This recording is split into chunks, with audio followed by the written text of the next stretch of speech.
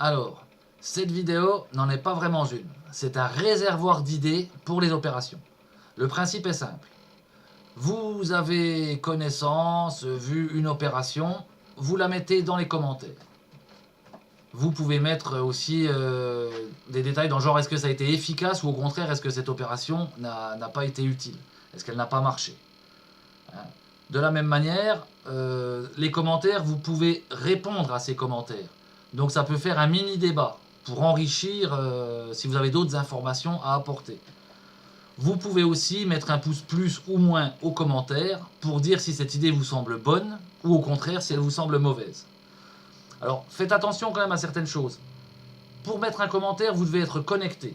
Et donc cette connexion va être reliée à vous, à votre nom. Donc ne mettez jamais on a fait telle opération, on a fait tel truc, ça pourrait vous poser des problèmes. Dites simplement j'ai entendu parler de. Autre chose pour vous protéger, demandez à quelqu'un d'autre, à un de vos amis, d'écrire ce commentaire. Comme ça, si la police veut vous faire des problèmes, on est en dictature, hein, sur tout et n'importe quoi, vous pourrez dire c'est pas moi, vous n'aurez pas à mentir, c'est pas moi qui l'ai fait, c'est pas moi qui l'ai écrit. Et n'oubliez jamais non plus que vous avez le droit de garder le silence. T'es en démocratie, t'as le droit de fermer ta gueule, hein? Ouais, c'est pour rigoler, mais c'est un droit important. Et même si un jour on renie ce droit, hein, c'est ce qu'on appelle la justice ici le renie, conservez toujours le silence. C'est la meilleure manière de se défendre soi et les autres. Les flics vont forcément faire du bluff. Si tu parles pas, on te remet en garde à vue, tu vas finir au tribunal, on va te mettre ci ou ça. C'est du bluff, c'est faux. Et de toute façon, que vous parliez ou pas, s'ils peuvent vous y mettre, ils vous y mettront. Ça c'est sûr, clair et net.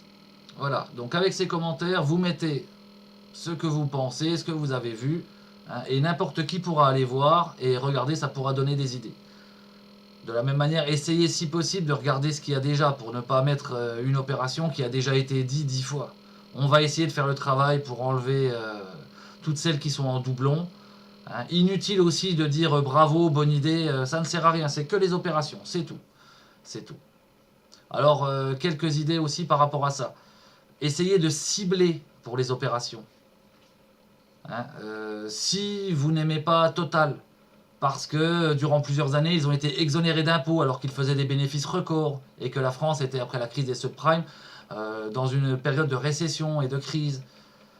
Si vous reprochez à Total le fait qu'ils détruisent l'environnement, hein, et qu'ils fassent crever de faim des populations chez eux, qu'ils soutiennent des terroristes et des dictatures, voilà, vous pouvez choisir de les cibler pour ces raisons.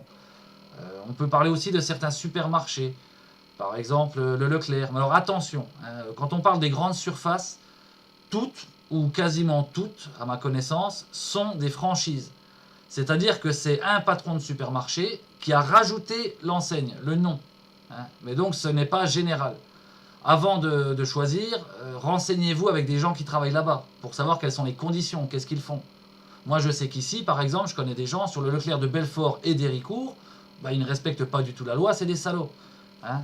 Depuis longtemps, hein, déjà ma mère, quand elle était jeune, il y a une quarantaine d'années, les gens travaillent en dessous du SMIC. C'est-à-dire que vous êtes obligé de faire des heures supplémentaires qui ne seront pas payées, sinon vous êtes viré. Donc, comme le SMIC est à taux horaire, vous bossez en dessous. Ils ont fait aussi, à Belfort, ils ont embauché un mec dont le but était de persécuter les employés qu'ils voulaient virer. Hein, de cette manière, ils démissionnent et ça leur évite de payer des frais pour les virer. Alors par exemple, une petite vieille, une petite mamie, toute la journée assise sur une chaise. Et comme elle avait l'air un peu fragile de santé, il l'avait mis dans un courant d'air. Hein, bravo les gars. Heureusement, il n'y a pas que des Français en France. Il y a des Gitans qui se sont occupés de son cas et l'autre, il a déménagé, il a quitté la région. On peut dire aussi qu'à un moment, ils avaient des gens qui étaient de manière donc illégale qui travaillaient là. Il y a eu une inspection qui est arrivée au hasard. Ils les ont enfermés dans une pièce. Ça a fait un petit scandale dans le coin. Hein, parce qu'ils se sont retrouvés enfermés dans un coin. Ça a quand même été ouvert. Ils s'en sont rendus compte après.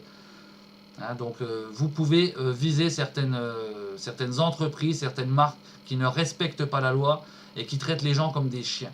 Parce qu'il faut savoir qu'on ne peut pas compter ni sur la justice ni sur les prud'hommes. Alors pour les prud'hommes, souvent, d'après ce que j'ai vu, c'est pas forcément de leur faute, c'est qu'ils n'ont pas de vrais moyens juridiques, pas grand chose, qu'ils sont peu nombreux, et puis il y a le problème des gens. Souvent dans la boîte, il y en a qui vont, comment dire, il y en a qui, durant le procès, vont aller dans le sens de l'entreprise, parce que sinon ils vont être persécutés ou virés par cette entreprise. Alors ça, c'est la faute des gens, mais malheureusement, c'est comme ça en France.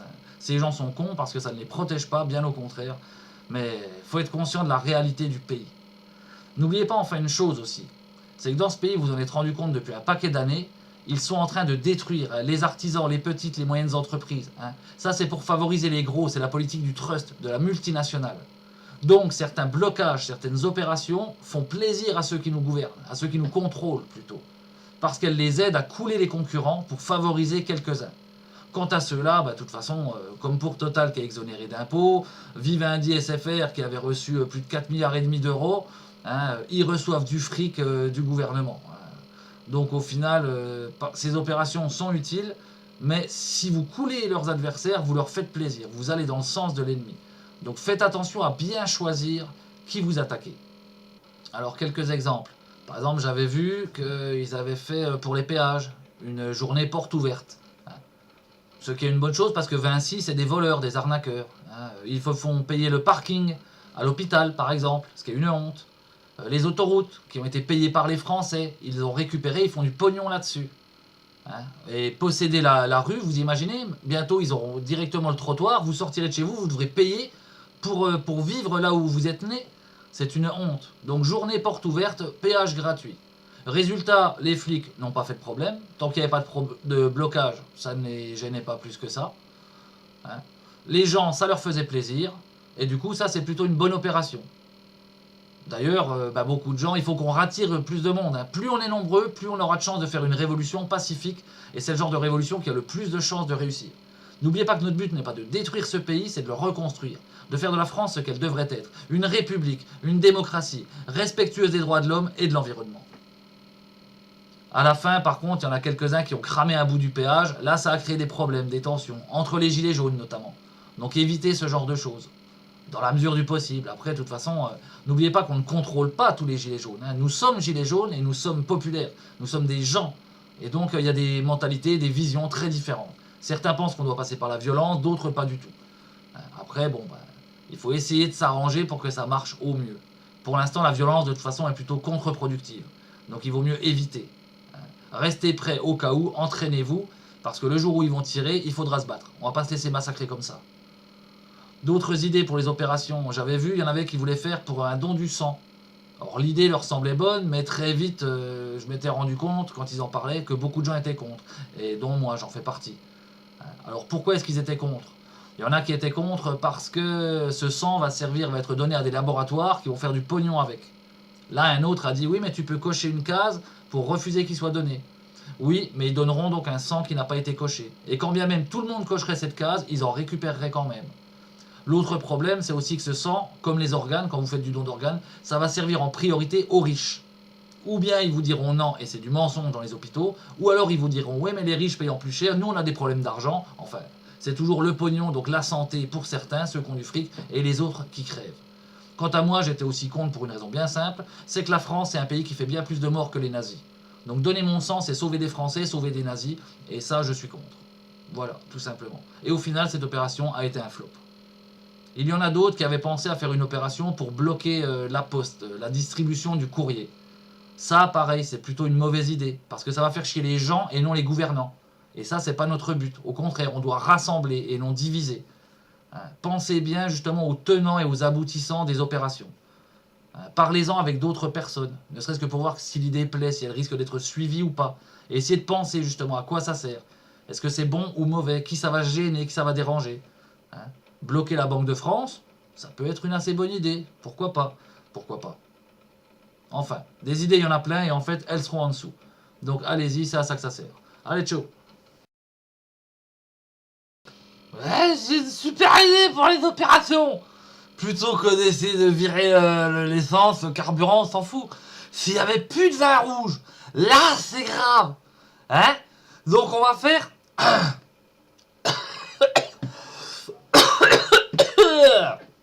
Voilà, on va faire ça. Ah non, c'est pas ça, c'est pas ça. Alors on va vider toutes les bouteilles, toutes les cuves de rouge. Opération cul sec. Ah, c'est bon, ça, c'est l'opération. Ah, va casser, va casser, va casser. Casser, opération. Opération casser cul sec.